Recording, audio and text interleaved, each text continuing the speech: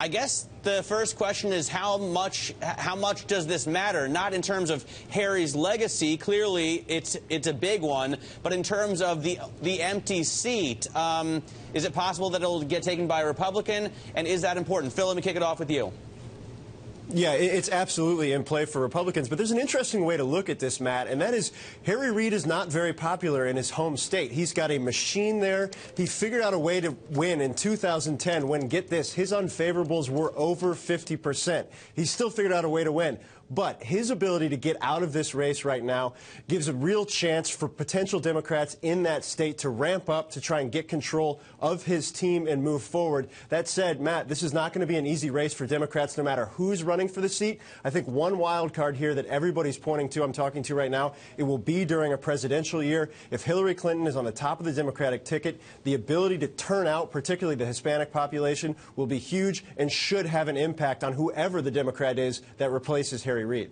So it looks like Senator Dick Durbin from Illinois and Senator Chuck Schumer from New York are the front runners at this point. Are they starting to jockey at all for that position? What's the sort of color you're getting?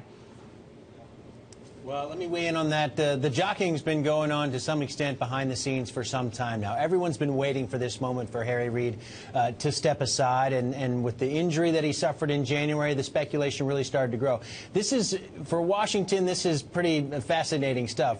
Durbin and Schumer are friends. They were roommates for years here in Washington. They lived in this communal house with other Democratic lawmakers, and everyone's been waiting for them to vie for this crown, and it is a crown. It's a very powerful position here in Washington. And right now, the early money is on Schumer, in part because he's been such a good fundraiser, has such loyal following within the Senate Democratic caucus. He helped get many Democrats into the Senate when he worked to run the campaign arm.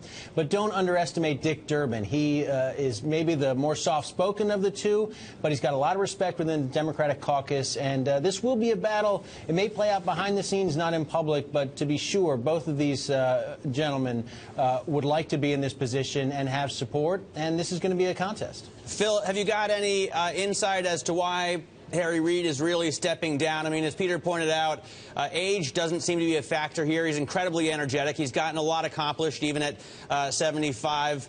Is it the injury that's taken him out? I think it's a lot of different factors, and Peter's hit on this a couple times. Look, he's as sharp as he's ever been. He's tied Senate Republicans in knots since they came into power in January, so obviously it's not mental acuity right now. I really do think, and he said this in a statement, the injury gave him some time to think. It gave he and his wife some time to talk. He's had sick family members. The injury was a lot, and I think that allowed him to kind of sit back and look at what's going on here. But look, I think there's also a recognition that getting out on the campaign trail in a state that's a must-win for Democrats if they ever want to take back the majority, in a state where his disapproval is very, very high, that's no short issue there, Matt. I think that plays a lot to it. But I think there are multiple factors in here. And I think while stepping down today was a surprise, I think there's been a lot of whispers that this might happen, and today he decided to pull the trigger.